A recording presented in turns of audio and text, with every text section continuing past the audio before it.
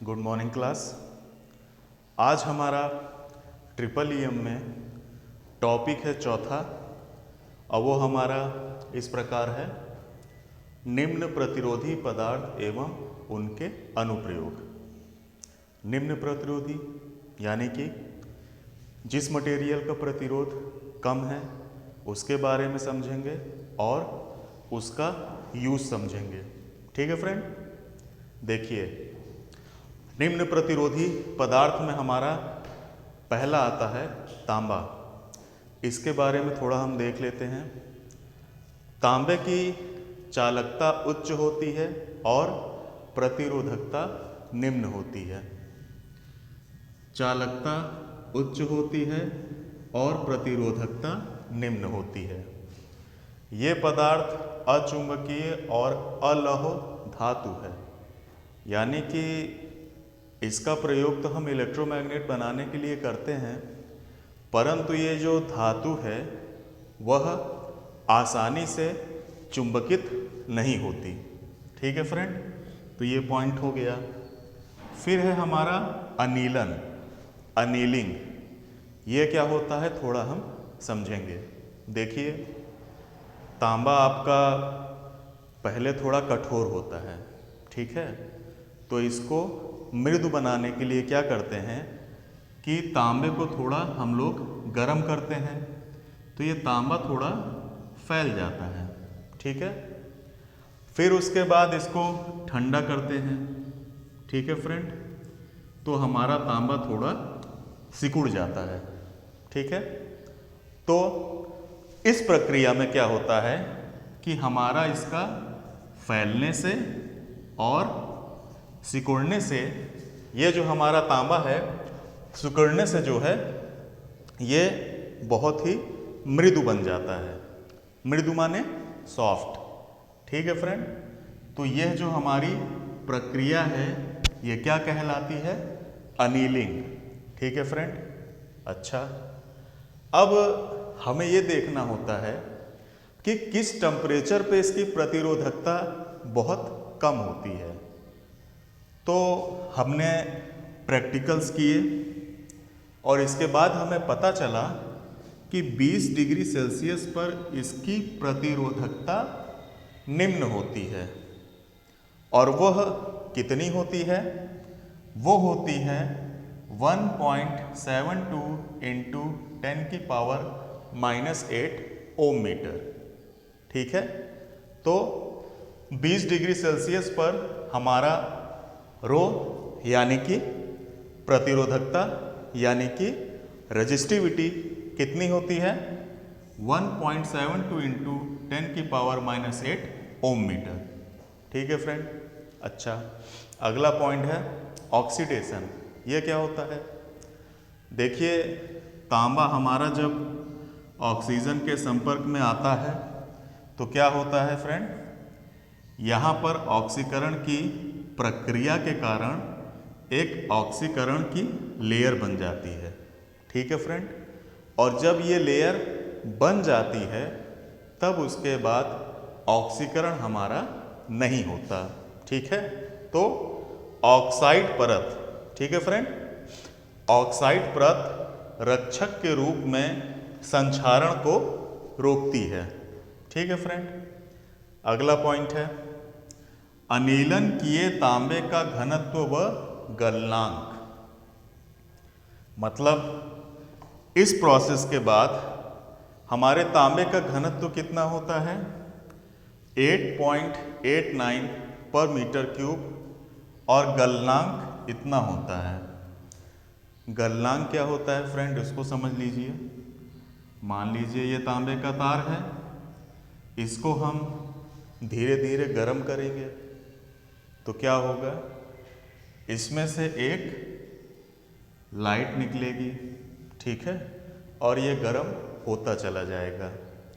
लेकिन हम जैसे जैसे टेम्परेचर बढ़ाते जाएंगे तो एक ऐसा पॉइंट आएगा जिस पर तांबा हमारा पिघल जाएगा। वह पॉइंट क्या होता है फ्रेंड? गलनांक। ठीक है, अब इसके बाद आते हैं तांबे का तनन सामर्थ्य 8.15 से 4.72 टन प्रति वर्ग सेंटीमीटर होता है। यानी कि इतना टन आप भार देंगे तब जाके आपका जो तार है वह 1 सेंटीमीटर खींच जाएगा। ठीक है फ्रेंड। और तनन सामर्थ्य को हम लोग इंग्लिश में टेंसाइल स्ट्रेंथ कहते हैं। ठीक है फ्रेंड। उसके बाद आती है इसकी सोल्डरिंग और वेल्डिंग।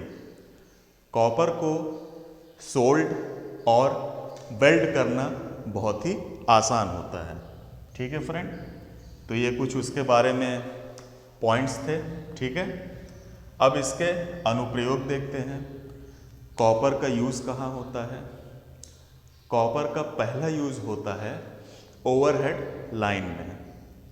आपने देखा होगा बड़े बड़े टावर हैं, पावर को ट्रांसमिट करते हैं, और आपके घरों के पास छोटे छोटे पोल होते हैं, उसमें भी पावर आपकी क्या होती है? ट्रांसमिट होती है। ठीक है फ्रेंड। तो पहला है आपका सिरोपरिचालक, दूसरा है उच्च वोल्टता के भूमिगत केबल। उच्च वोल्टता यानी कि इसका मान जो है 66 केवी से लेकर 132 केवी तक हो सकता है। और ये जो केबल हैं वो अंडरग्राउंड चलती हैं, यानी कि ज़मीन के नीचे। फिर इसका अगला आपका पॉइंट होता है बस बार। बस बार क्या होता है फ्रेंड? इसको हम लोग प्लांट में और सब स्टेशन में यूज़ करते हैं। बस बार कुछ नहीं होता, बस एक आपकी आयताकार पट्टियाँ होती हैं। ठीक है फ्रेंड। और इसी से आपकी सप्लाई आगे निकलती है। ठीक है फ्रेंड। ये आपके 3 फेज हो गए, आर, वाई और बी। ठीक है। अब इसके बाद है आपका क्षेत्र कुंडलन। तो ये क्या होता है? जब किसी नर्म लोहे पर आप कॉपर का तार लपेट कर उसमें वोल्टेज अप्लाई करेंगे तो इस पर एक मैग्नेट बन जाता है। ठीक है फ्रेंड। तो ये हमारा क्या हो गया? क्षेत्र कुंडलन हो गया। ठीक है। फिर है आपकी पावर केबल्स। आपके घरों में, आपके वर्कशॉप में ये पावर केबल यूज़ होती है और इसका मान 15 एम्पियर से लेकर काफ़ी अधिक हो सकता है, हम मान लेते हैं 65 एम्पियर तक। ठीक है। तो ये आपकी पावर केबल्स होती हैं। और उसके बाद जो आपके ट्रांसफार्मर होते हैं फ्रेंड, उसमें भी जो कॉइल यूज़ होती है वो कौन सी होती है फ्रेंड? कॉपर की। ठीक है। अब उसके बाद क्या है? Internal wiring. इंटरनल वायरिंग किसे कहते हैं? वह वायरिंग जो आपके घरों में की जाती है और जिसकी रेटिंग होती है 5 एम्पियर से लेकर 6 एम्पियर और वोल्टेज में आपका 220 वोल्ट से लेकर 240 वोल्ट। ठीक है फ्रेंड। तो हमने यहाँ पर तांबा, कॉपर, इसके बारे में देख लिया। अब हम देखेंगे एल्युमिनियम के बारे में और उसके बारे में समझेंगे। ठीक है फ्रेंड।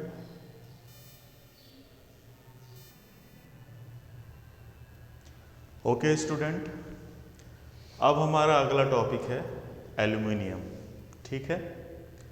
देखिए, भारत में जो एल्युमिनियम है वो प्रचुर मात्रा में उपलब्ध है। देखिए फ्रेंड, जो हमारा तांबा होता है वह एल्युमिनियम से बेटर होता है, एल्युमिनियम से अच्छा होता है, किंतु हमारे पास कॉपर ज़्यादा मात्रा में नहीं है। हमें कॉपर का आयात करना पड़ता है तो हमें महंगा पड़ता है, जबकि एल्युमिनियम हमारे देश में काफ़ी मात्रा में उपलब्ध है और इसका जो कॉस्ट है वो भी कम होता है। ठीक है फ्रेंड। इसकी कुछ प्रॉपर्टीज़ पे हम लोग ध्यान देते हैं। इसकी प्रॉपर्टीज़, प्रतिरोधकता वो कितनी होती है? 2.8 इंटू 10⁻⁸ ओम मीटर, जो कि तांबे से अधिक है। ठीक है फ्रेंड, कितना अधिक है? 1.6 टाइम अधिक है। ठीक, और इसका गलनांक कितना होता है फ्रेंड? 655 डिग्री सेल्सियस, यानी कि 655 डिग्री सेल्सियस पे ये पिघल जाएगा। अच्छा, इसको गर्म करके रोल करना भी आसान होता है। जैसे मान लीजिए कॉपर आपको एक स्थान से दूसरे स्थान पर ले जाना है, तो आप क्या करेंगे? उसको रोल करेंगे। ठीक है, तो उसमें आसानी होती है। ठीक है, और इस आसानी के कारण जो हमारा ट्रांसपोर्ट होता है वह भी क्या होता है फ्रेंड? अच्छा होता है। ठीक है, अब हम देखेंगे अगला पॉइंट। जैसे हमने कॉपर के केस में देखा था, ऑक्सीकरण की एक परत इसमें जम जाती है, जो इसे आगे चल के संक्षारण से बचाती है। ठीक है फ्रेंड, इसका तनन सामर्थ्य हम लोग देख लेते हैं। ये होता है 0.95 टन से लेकर 1.75 टन पर सेंटीमीटर स्क्वायर। इसका क्या मतलब है कि 0.95 से लेकर 1.75 टन तक यदि इस पर भार डाला जाए तो ये 1 सेंटीमीटर बढ़ जाएगा। ठीक है, जो कि तांबे से काफ़ी कम है। ठीक है फ्रेंड, अच्छा, अब आगे देखेंगे जो हमारा ट्रांसमिशन या डिस्ट्रीब्यूशन हमारी लाइन होती है, उसमें हम एक कंडक्टर यूज़ करते हैं, वो हमारा होता है ACSR। इसका पूरा नाम क्या है friend? Aluminium conductor steel reinforce. तो इसमें क्या होता है कि बीच में हमारा स्टील होता है, स्टील का वायर, और चारों तरफ हमारे एल्युमिनियम के वायर होते हैं। तो एल्युमिनियम का जो वायर है वो तो हमारा करंट और वोल्टेज मतलब फ्लो कराने के लिए होता है। ठीक है, जो भी हमारा करंट और वोल्टेज होगा वो हमारे एल्युमिनियम के तार से जाएगा, परंतु बीच में हम लोग स्टील का वायर यूज़ करते हैं, जिससे इसकी जो तनन सामर्थ्य है, टेंसाइल स्ट्रेंथ है, वो बढ़ जाती है।